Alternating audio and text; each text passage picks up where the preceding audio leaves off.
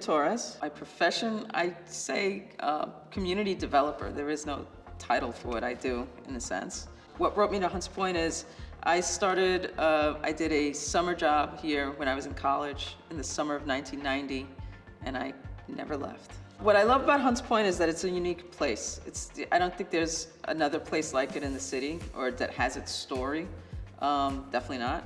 And the way it's rebuilt itself, it's a resilient place. The people are resilient, and it's just this kind of little piece of the Bronx that's its own little village. What would I change? I would change probably the way people think about it. I would love to change the resources that come into this space and how they're used or how they're distributed a lot of times. Some of the biggest challenges that Hunts Point faces, at this point, are gentrification. It's speculation from a lot of the people that own the buildings and the businesses. So that's something that we're fighting against. I would like to see better use of energy. I'd like to see more solar projects. I'd like to see more green roofs. Energy and the infrastructure to be improved in those senses.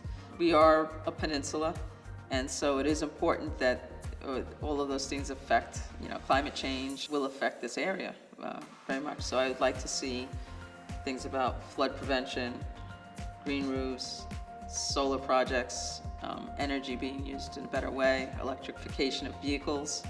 And I think those are goals for 5 to 20 to 100 years that you want to see happen in this neighborhood. Hunts Point Forward was another way to kind of take a step back from what was said it was probably the last century, and really look at changes that can be made to Hunts Point now, especially that technology is different. I guess when the first NOAA 97A plan, the thought of widespread Wi-Fi mesh netting, that wasn't even a thought back then. And so now it's important that this study came along to really take those things into consideration. And I think that's important. Together, we move Hunts Point forward.